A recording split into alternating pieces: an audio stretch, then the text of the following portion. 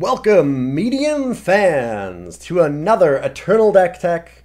I'm super excited to show off some of the stuff today. We just got the Homecoming release, so we now have a bunch of new cards to brew with, and I think that there's quite a few that can shape the meta. One that you'll probably know of already is Vanguard Bayonet, because Vanguard Bayonet and Hojin are pretty disgusting.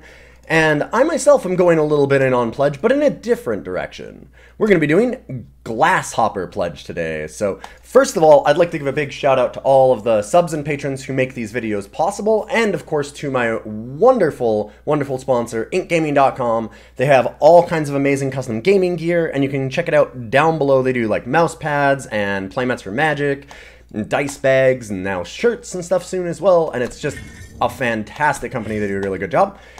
But I am looking at a Severin Glasshopper pledge list. I've been playing this quite a bit and it's been doing pretty well. There's some very cool things going on here. So pledge has become a pretty powerful mechanic. We're looking at having a deck that's just going to try and jam as many pledge cards as possible, as long as they're good, and then you take advantage of the cards that actually care about pledge, namely Glasshopper, Vanguard Bayonet, and Star Reader's Blade. All of which have amazing upsides, which we'll get into in just a second. So our pledge cards, as you'll see right away, are going to be Dread, Severin the Mad Mage, and Moonstone Vanguard. And that's only 12, and you might think, well, only 12 pledge cards, how often are you pledging? The odds of that on a 75 card deck, if you just do a random 7, so this is not counting redraws, and of course it's a little bit skewed because Eternal doesn't have true randomness in your opening hands, right? You're guaranteed a certain number of power when you do redraws in particular. But what it is that is a 72.5% chance, I believe. It's 72% anyways.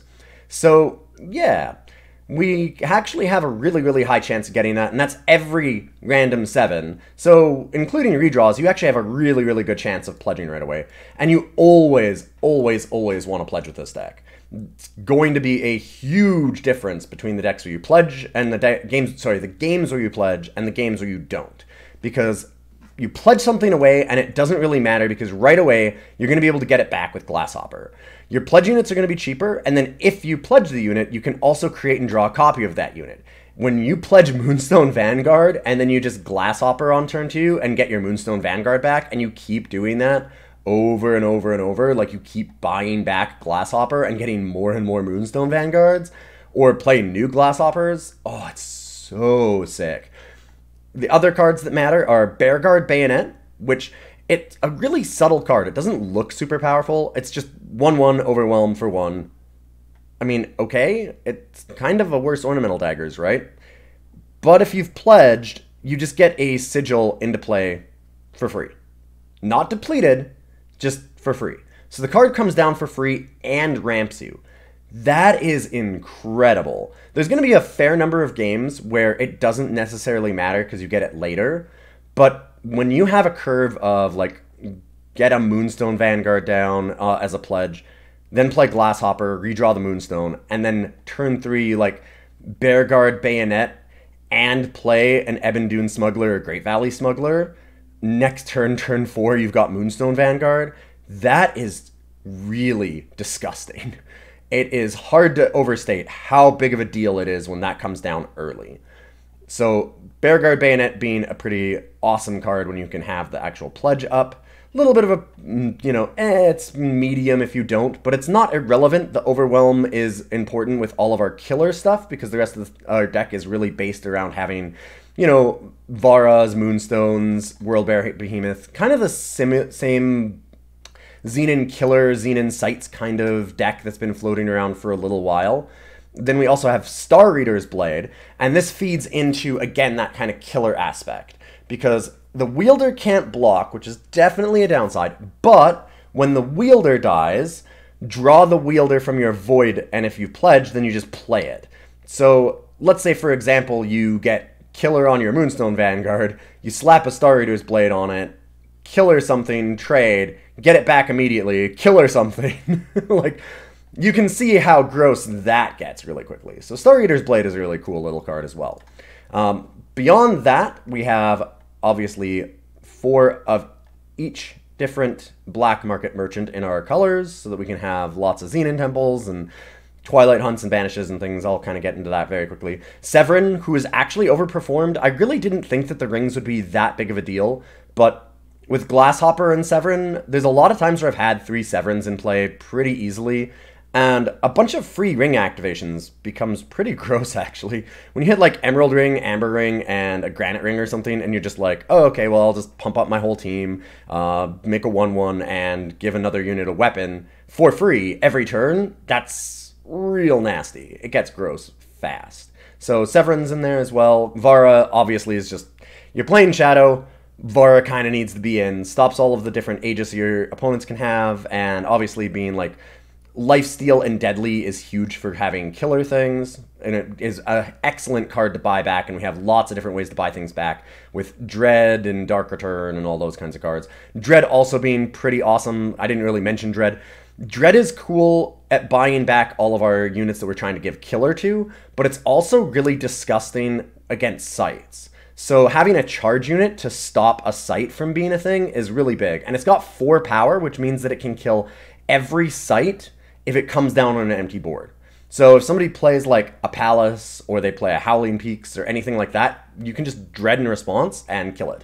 So Dread's a really nice little card that way. And also, an important thing to note on that is Dread's trigger isn't an infiltrate.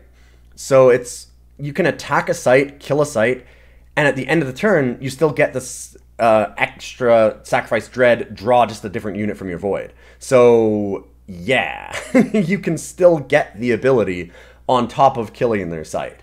Dread has overperformed for me, actually. I wasn't sure I wanted it. I really wanted another pledge card, though, and Dread's been pretty solid. Obviously, Moonstone, Vanguard, Worldbearer, Behemoth we kind of talked about. Dark Return is just fantastic to buy back a bunch of things. We have 2 Desecrates, and I might want to go up on those, but I don't know where I'd want to change the numbers. So if you're looking at changing some things, like maybe if you're really worried about Bearguard Bayonet not curving out, I've had it be absolutely amazing for me, but like maybe a Bearguard, maybe you can go down on some Smugglers, like maybe you can just have 1 less each and just run some extra Desecrates. You'd still have 6 Smugglers that way. So there's a few things you can maybe do to run some extra Desecrates if you're having trouble with a lot of opposing creatures. But we already have Xenan Initiations as well to also help get rid of them. So I'm not super concerned with it in this deck myself. I haven't had too big of a problem, but if you're having problems, then you might want to up the Desecrates. Desecrate's real nice. If you really need to have fast spell, you can go to Annihilate. I played Annihilate for a while in this deck, and it was okay, but I actually decided to move to Desecrate because of the fact that there's like a lot of FJP and like tricolor decks that don't really have a lot of single colors anymore. So it's a good idea, like you can't kill any of the Smugglers, like you can't kill the Red Canyon Smuggler, the double damage. You're not going to be able to kill Rysons. You're not going to be able to kill so many of the things that matter in this format that I feel like Desecrate's okay. It's a little bit worse against something like Hojin, which is big right now, but I feel like Desecrate's been slightly better than Annihilate right now. We have, obviously, our power cards are kind of standard for each of all the crests, a couple of banners, and, you know, a smattering of sigils just to make things so that we're not always depleted.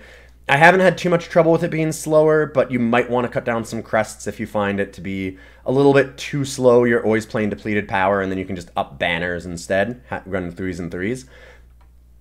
Kind of test it out, play around with it. I've found this to be good, but you can play with it yourself. And then the market, we have a last chance, so there's a lot of times where you have like a Vara in your Void that's got killer, and if you can just get it back, then you can win the game. Getting it back for free is pretty big. The Voidbound is obviously unfortunate, but if you just desperately need it, it's great.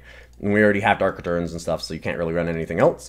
Twilight Hunt is one of the cards that I get the most, because you can then go like Ebon Dune Smuggler, grab Twilight Hunt, and you have an immediate like turn 6 instead of a turn 7 Worldbearer, Behemoth, Xenan Initiation kind of combo. And that's a pretty big deal. Getting it down a turn earlier can be a huge advantage. Banish is obviously nice for different relics and for, you know, extra units if you're just having some problems there. It's always nice to have like a straight up kill spell if you can in the market.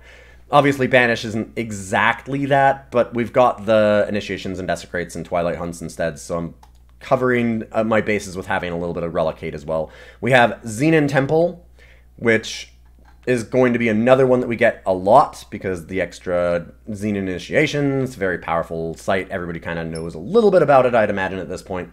If you can manage to get World Joiner online, it's incredibly scary. And then Dizo's Office, so that if we're really far behind in a game and we need to gain some life back, then we can do that and immediately get a cut ties and all that good stuff. So yeah, this is the deck. I'm going to run it through its paces, and we will be back in a moment with that. So go and check out the next video. Thanks, everybody.